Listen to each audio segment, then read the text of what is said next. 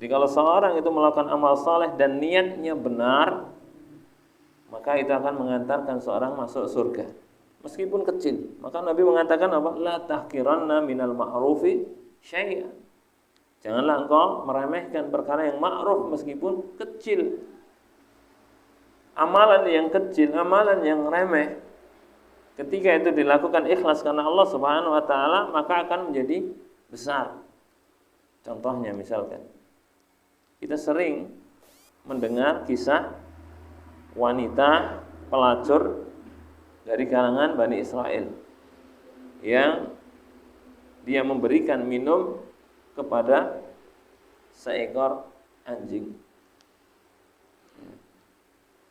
Dia memberi minum kepada seekor anjing.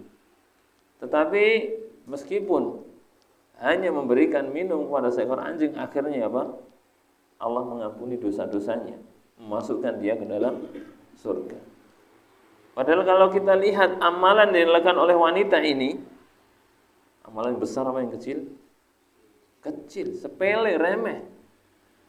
Orang melihat akan meremehkan yang melakukan seorang wanita pelacur, bukan wanita baik-baik. Yang dilakukan pun hanya sekedar memberikan minum. Yang diberi pun binatang yang najis, yaitu anjing. Yang diberikan pun hanya air biasa.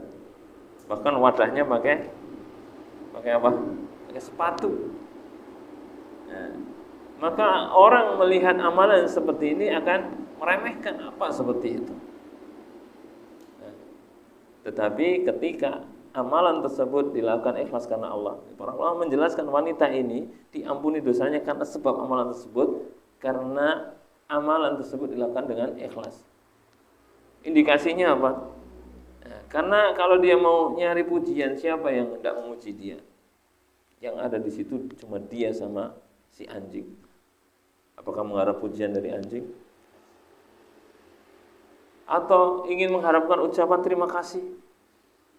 Apakah anjing bisa mengucapkan terima kasih? Tidak. Maka ini menunjukkan bahasanya wanita tersebut melakukan hal tersebut, memberikan minum pada seekor anjing, itu dia lakukan semata-mata karena Allah Subhanahu wa taala.